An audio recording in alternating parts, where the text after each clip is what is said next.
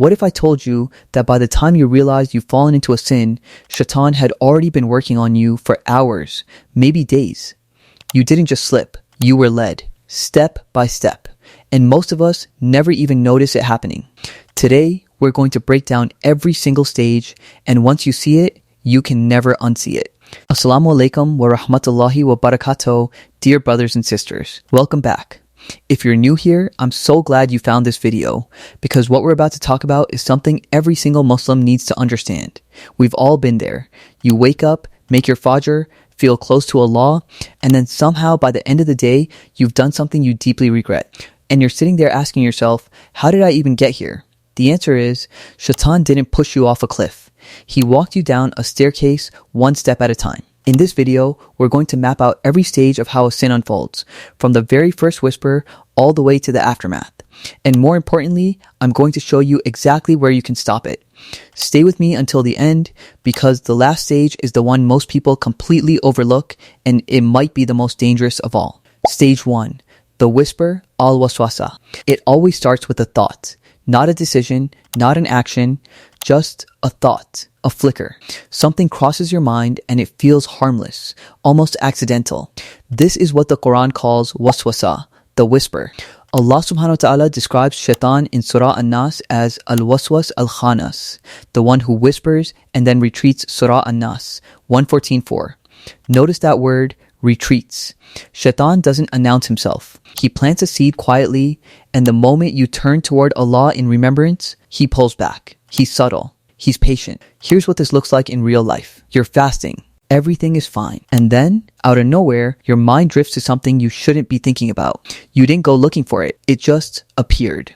That's stage 1. And here's the critical thing. A whisper is not a sin. The Prophet said, Allah has forgiven my ummah for whatever crosses their minds, as long as they do not act upon it or speak of it.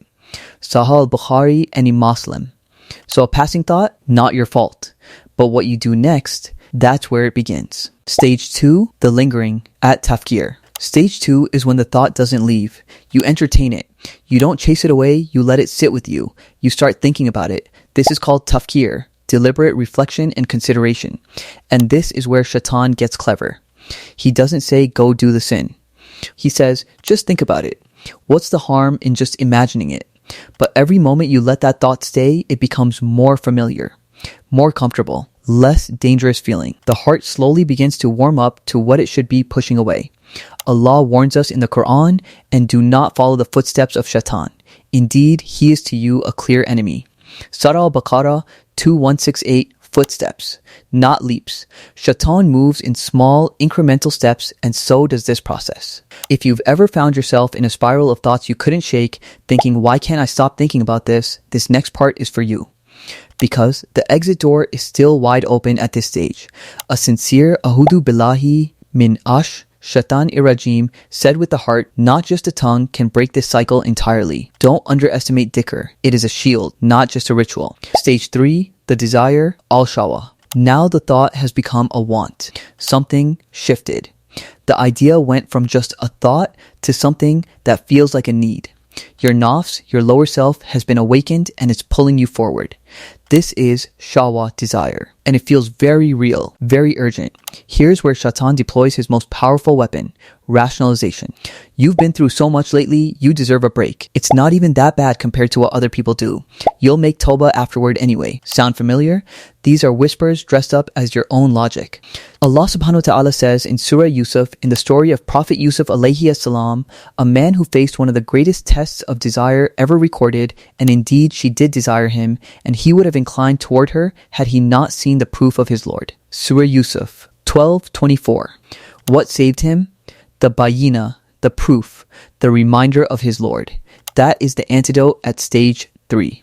Reconnect to Allah before you take another step. But wait, there's one more point that completely changed how I see this, and I'm going to share it right now.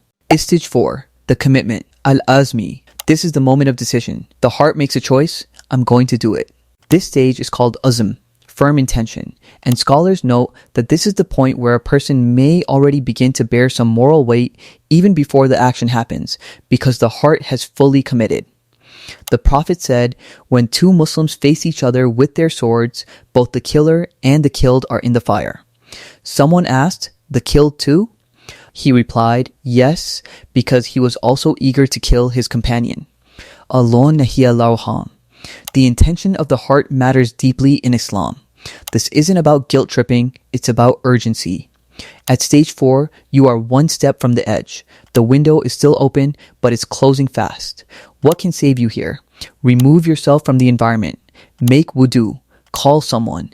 Change the physical situation. Because your heart has decided, so your body needs to be redirected. Stage 5, the aftermath, the most dangerous stage. This is the one most people don't talk about. The sin happened. And now, what comes next will determine everything about your relationship with Allah going forward. There are two paths after a sin. Path 1, remorse and return. You feel the sting of what you did. Your heart feels heavy. And that heaviness, that is a mercy from Allah. The Prophet said, remorse is repentance. Surah bin Majah, authenticated by scholar. That pain you feel is your fitrah, your innate nature, crying out to you. Don't silence it. Run to Tawbah. Allah says in the Quran, say, O my servants who have transgressed against themselves, do not despair of the mercy of Allah. Indeed, Allah forgives all sins. Indeed, it is He who is the forgiving, the merciful. Surah Az-Zumar 39:53. All sins. He said all sins. Subhanallah. Path 2, normalization. This is the trap. Instead of returning, you rationalize. You minimize. You do it again. And slowly, the sin that once made your heart ache becomes routine. The Prophet warned us about this, that sins, when repeated without repentance, place a black dot on the heart until it becomes sealed. Tirmidhi, authenticity. I'm going to share something most Islamic channels never talk about. The real danger of sin isn't always the sin itself. It's the distance from Allah that accumulates when we don't return to Him afterward. Shaitan's greatest victory isn't making you sin. It's making you feel too ashamed to go back to Allah after you do. Don't let him win that way.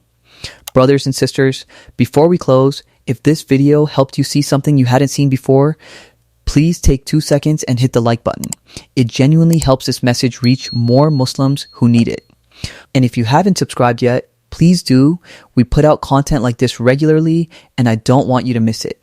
Most importantly, share this with one person. Just one. A friend, a sibling, someone you know who's been struggling. You might not know what they're going through, but this reminder might be exactly what they need today. May Allah reward you for every share. Let's close with a dua. Allahumma innaka afawun tuhibbul afafwana. O Allah, you are the pardoner. You love to pardon. So pardon us. Forgive us for the sins we committed knowingly. Forgive us for the steps we took toward them. And protect us from the whispers that have not yet reached our hearts. O Allah, make us from those who see the trap before they step in it, and when we stumble, make us from those who run back to you without delay. Ameen, Ameen, Ameen. Jazakallahu khairan for watching, dear brothers and sisters. I truly love you all for the sake of Allah. Assalamu alaikum wa rahmatullahi wa barakatuh.